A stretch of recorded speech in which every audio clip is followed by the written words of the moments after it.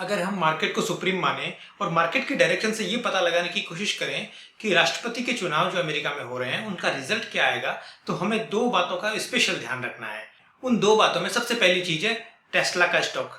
दुनिया के सबसे रिचेस्ट आदमी इलॉन मस्क ने डोनाल्ड ट्रंप को सपोर्ट करने के लिए अपना सब कुछ दांव पे लगा दिया, और ये सब इलॉन मस्क ने नासमझी में नहीं किया होगा, क्योंकि इलॉन मस्क दुनिया में ट्विटर के मालिक हैं और ट्विटर के ऊपर जितनी भी बहस चलती है, जितने भी कमेंट लिखे जाते हैं, सोशल मीडिया पे जो भी लड़ाई झगड़े होते हैं, कौन किसको फेवर कर रहा है, कौन किसको नहीं फेवर कर रहा, इस बातों का सबसे अच्छा डेटा उनसे ज्यादा किसी के पास नहीं हो सकता। इसीलिए उन्होंने ऐन मौके पर, आपको याद होगा, इंडिया आने का जो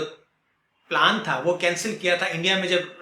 प्रधानमंत्री के चुनाव होने वाले थे, लोकसभा के चुनाव होने वाले थे, तो उन्होंने सोचा था कि अभी कुछ डेटा ऐसा बता रहा है कि सीधे सीधे जीत किसी पार्टी को नहीं मिल सकती, तो उन्होंने सोचा बढ़िया होगा कि हम रिजल्ट आ जाए चुनाव का, उसके बाद मिलेंगे। अब अगर चुनाव में डोनाल्ड ट्रंप नहीं जीतते हैं तो ये इलॉन मस्क के लिए काफी बड़ा सेटबैक होगा, लेकिन अगर जीत जाते हैं तो चूंकि Elon Musk all in support किए हैं राष्ट्रपति डोनाल्ड ट्रंप को, तो उसके आने से जान बाजार के जानकार बोलते हैं कि जैसा 2013 के बाद से इंडिया में अडानी के शेयर्स में एक वन साइडेड रैली देखी गई थी, उसी प्रकार की तेजी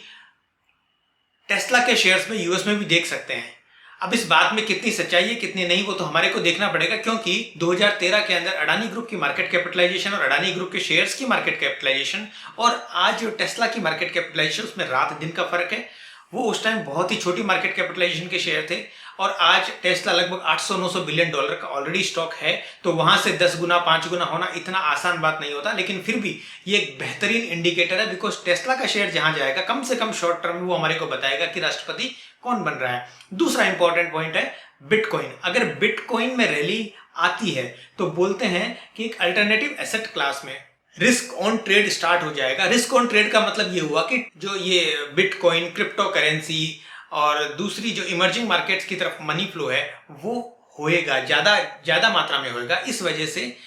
बिटकॉइन में भी रैली आना स्वाभाविक है, रैली आ सकती है। ये दो जो चीजें हैं ये हमारे को पैरामीटर का काम करेगी, ये हमारे को बताएगी एक्चुअल रिजल्ट आने से पहले कि वास्तव में अमेरिका के राष्ट्रपति कौन बन रहा है। अगर कोई ऐसा इंडिकेटर आप भी फॉलो करते हैं तो हमें भी जरूर बताएं कि किस इंडिकेटर का आप इस्तेमाल करते हैं इस प्रकार के चुनाव की गॉसिप्स का रिजल्ट पता लगाने के लिए। Thank you.